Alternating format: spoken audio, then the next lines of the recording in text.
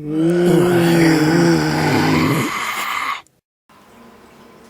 at the Zombie Corps, we are highly anticipating the release of Metal Gear Solid 5 The Phantom Pain.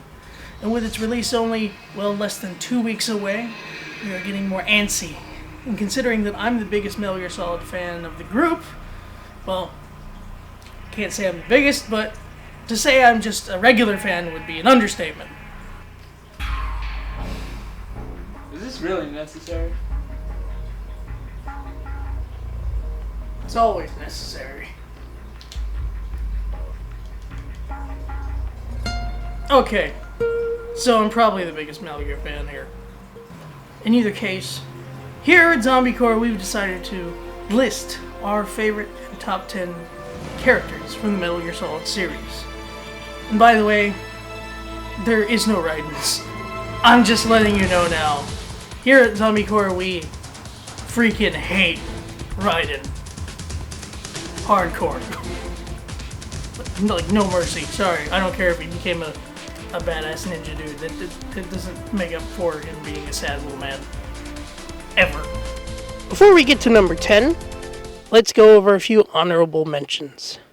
Starting on our honorable mentions is Gray Fox. A lot of people find him very high on their own personal lists. Here, we do like him, but maybe not as much as some of you guys. We also put Kazuhira Miller on the honorable mentions. Miller himself plays a decent part in not only Peace Walker, Ground Zeroes, and the upcoming Phantom Pain, but he's minorly in not only the Metal Gear Solid number 1, but he's also in Metal Gear 2. They played us like a damn fiddle! Then there's Drebin. No, not the guy. No, his monkey. Why? Because Metal Gear, that's why. Where else you can have a monkey that drinks cola and smokes? Major Zero. Because when you first saw him in Metal Gear 3, did you really ever think he was going to become the head of the Patriots? What an unassuming person. There is one more honorable mention. The real honorable mention, the one that's a little different than the others, Hideo Kojima. And we can actually, say that because he's actually in the games. Peace Walker and Ground Zeroes to be the least, but you can see other things, including his ghost in the first Metal Gear. What took you so long? Alright, let's get on with the list. Starting our list off at number 10 is Johnny Sasaki. Some people would probably not list him at all, considering most of his comedic time as a character.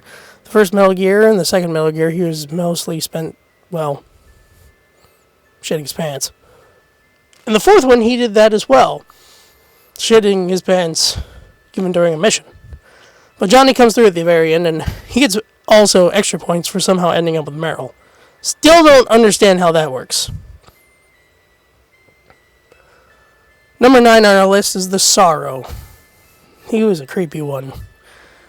And official dad of Revolver Ocelot, along with the lover of the boss, he definitely enjoys a place on this list, mostly because of his nice river of basically death. Number 8 on our list is Otacon. Otacon used to just seem like that nerdy kid in class that peed his pants when you made too much fun of him, but as the series went on, he turned out to be so much more. Otacon is a true hero to the Metal Gear series and to Snake, and his true partner in crime, although not actually crime and heroicism.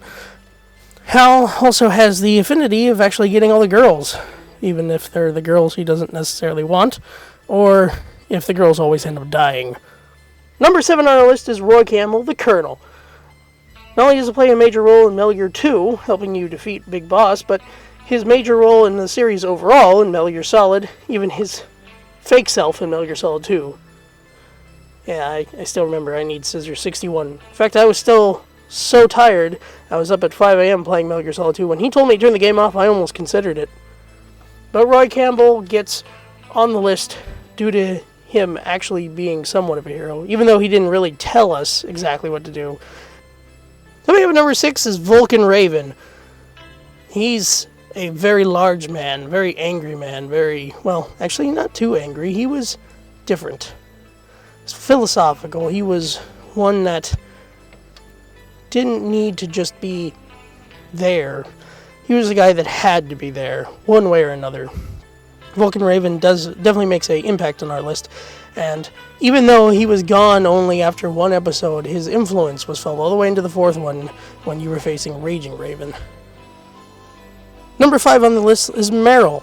Meryl has the first candidate for the most badass female in Metal Gear Solid, saying that she was more comfortable with a 50 caliber Desert Eagle than her actual bra.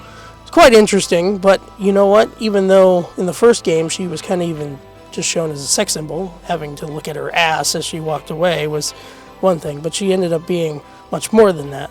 And even though in the first game she ended up being a damsel in distress, by the fourth one she was kicking ass and taking names just like everyone else. Still wondering why she wanted to be with Johnny in the very end. Yeah, that still confuses me. In either case, Meryl is probably one of the only few people I've seen use a Desert Eagle with a long barrel and a scope on it. Number 4 is the original Breaker of Walls, Psycho Mantis. The first time you ever saw him, he was floating through the ceiling, and he was making trippy appearances. You weren't sure what to make with him. He was the really first boss that ever tested you, especially when you couldn't figure out what the hell to do to beat him. It took time to try and figure out that you would eventually have to change the controller ports, and if you didn't do that, or if you couldn't do that, you could shoot the bust on the mantle, and it would help you defeat him. Psycho Mantis was the first to really leave an impression, and he still stays as a mainstay for many of the people who like Metal Gear today. Number 3 was kind of a surprise. Nobody ever expected the boss to be, well, even exist. When Metal Gear 3 came out, everybody thought, oh, it's the big thing for the big boss. You know, it's Big Boss's deal, it's his story and everything. And then the boss showed up. She truly is the biggest badass female in the Metal Gear Solid universe. Not only did she sacrifice herself for her country, but her friends and her protege. She knew what it meant to have the world as one. Unfortunately, Major Zero and Big Boss saw that vision in 2 different areas. If she was still alive when they were around, I'm sure she would have knocked them both out. Coming in at number 2 is the biggest double-crosser of double-crossers. It is Revolver Ocelot. Not only does he make an interesting appearance as a young self, but his older self continues to mess with everybody's day in every game. The only games Revolver Ocelot wasn't even in was in the first Metal Gears, or Peace Walker, but even then, his influence continues to be felt in every other game, not to mention he is really the main bad guy, even though apparently in the very end he's been the good guy the whole time. Trying to find a number 1 for our list was a hard one, considering there were so many good candidates, especially with the snakes. We didn't really think of Solidus, but Solidus was different. Liquid, as a bad guy, made an interesting impact, and Solid Snake could definitely take the top spot on this list, but in realistically, this number 1 belongs to Big Boss, because if you put Big Boss at number 1, you can kind of vote for all of them, since they're all clones of him. Whether or not they're inferior or not, or if they're exactly the same, it doesn't matter. Big Boss is the original originator.